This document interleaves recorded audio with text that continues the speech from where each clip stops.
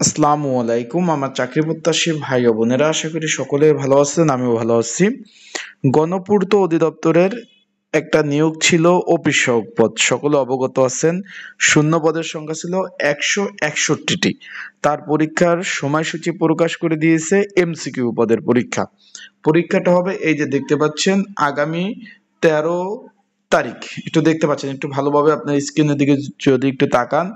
13ই December 2025 সকাল 10টা থেকে 11টা, রোজ শনিবার পরীক্ষা অনুষ্ঠিত হতে যাচ্ছে। অলরেডি আপনাদের ফোনে মেসেজ আসছে, এডমিট কার্ডও ডাউনলোড করছেন। এখন আজকের এই ভিডিওর মাধ্যমে আপনাদের জানিয়ে দেব এই যে এমসিকিউ পদের পরীক্ষার পর কি আসলে লিখিত পরীক্ষা হবে কিনা, তারপর বিস্তারিত সকল বিষয় আজকে আমরা এই ভিডিওতে আলোচনা করব। পরীক্ষার দিক নির্দেশনা, তারপর পরীক্ষার হলে কি কি ডকুমেন্ট কাগজপত্র নিয়ে যাবেন, যারা এখন এডমিট কার্ড ডাউনলোড করতে পারেন নাই কিভাবে ডাউনলোড করবেন, কতজন পরীক্ষার্থী রয়েছে, সকল বিষয় খুঁটিনাটি ইনশাল্লাহ এই ভিডিওর মাধ্যমে আপনারা জানতে পারবেন। তাহলে ভিডিওটা শুরু থেকে শেষ পর্যন্ত যদি দেখেন বিস্তারিত বিষয়ে জানতে পারবেন। আপনারা দেখতে পাচ্ছেন। তার আগে বলে দেই, যারা আমার ইউটিউব চ্যানেলে নতুন তারা অবশ্যই আমার ইউটিউব চ্যানেলটা সাবস্ক্রাইব করে রাখবেন। ফেসবুক পেজ থেকে ভিডিও দেখলে অবশ্যই ফলো করবেন, লাইক কমেন্ট শেয়ার করে অন্যকে দেখার সুযোগ করে দিবেন। এখন এখানে পরীক্ষা হলো শনিবার, 1 ঘন্টা ব্যাপী এমসিকিউ পরীক্ষা। এখানে কিন্তু মোট 16টা স্কুল অ্যান্ড কলেজে কিন্তু পরীক্ষা অনুষ্ঠিত হবে। এক একজনের এক এক জায়গায় পরীক্ষা পড়ছে। কারো ধনিয়া কলেজে পরীক্ষা পড়ছে, কারো ঢাকা কলেজে পরীক্ষা পড়ছে, কারো তেজগাঁও কলেজে পরীক্ষা পড়ছে, কারো খিলগাঁও, কারো মহাখালী, কারো মতিঝিল, কারো কারো ডক্টর মাহবুবুর রহমান মোল্লা কলেজ, ইত্যাদি ইত্যাদি কলেজে কিন্তু পরীক্ষা পড়ছে। এখন এখানে পরীক্ষার্থী হলো ভাই একজন দুইজন না, 53,000 পরীক্ষার্থী পরীক্ষা অংশগ্রহণ করবে। বিষয়টা ক্লিয়ার ভাই? 53,450 জন পরীক্ষার্থী পরীক্ষা অংশগ্রহণ করবে, যা একটা সিটের জন্য লড়বেন হলো 334 জন। বলবেন ভাই কিভাবে? 53,000, 50,000 প্লাস তো পরীক্ষার্থী। তবে আপনার 53,450 জনের যদি আমরা 161 দিয়ে ভাগ দেই তাহলে 334 জন। একটা পদের জন্য 334 জন পরীক্ষার্থী পরীক্ষা অংশগ্রহণ করবে এমসিকিউ পরীক্ষার জন্য। এখন কি কি কাগজপত্র নেবেন, পরীক্ষার দিক নির্দেশনা, তার আগে বলে দেই এই পদের পরীক্ষার প্রিপারেশন প্রস্তুতিমূলক একটা সাজেশন রয়েছে। যদি আপনাদের কারো প্রয়োজন হয়ে থাকে, যদি সাজেশন প্রয়োজন হয়ে থাকে, স্ক্রিনের উপর হোয়াটসঅ্যাপ নাম্বার রয়েছে, ডিসক্রিপশন বক্সে নাম্বার রয়েছে, এই নাম্বারে আমাকে মেসেজ করতে পারেন, যোগাযোগ করতে পারেন। হোয়াটসঅ্যাপে নক দিয়ে আপনারা কিন্তু আমার কাছ থেকে সাজেশনটা সংগ্রহ করে নিতে পারবেন।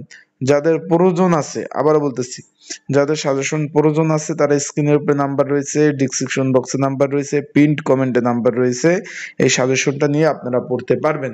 এখন পরীক্ষার হলে কি কি ডকুমেন্ট বা কাগজপত্র প্রয়োজন হবে, অনেকে জিজ্ঞেস করছেন যে ভাই কি কি ডকুমেন্ট বা কাগজপত্র নিয়ে পরীক্ষার হলে আমরা যাব।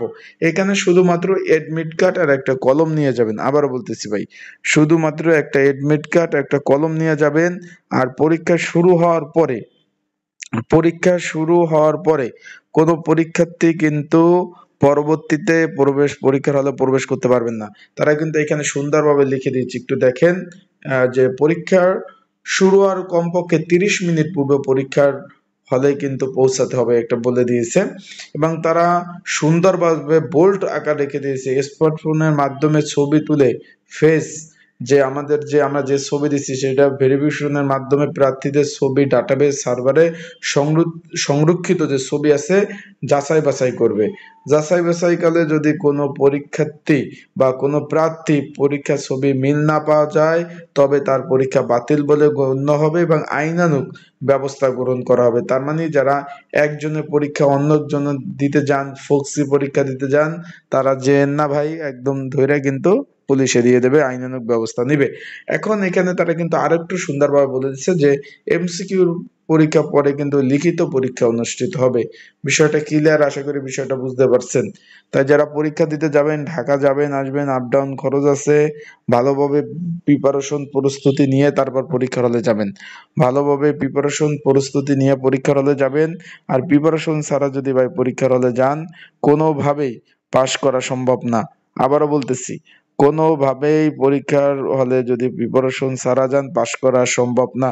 কারণ আপনি যাবেন না প্রিপারেশন নিয়ে, অন্য সকলে তো প্রিপারেশন নিয়ে পরীক্ষা দিতে যাবে। সেক্ষেত্রে আপনাদের বলবো ভালোভাবে পড়াশোনা করে তারপর পরীক্ষার হলে যাবেন।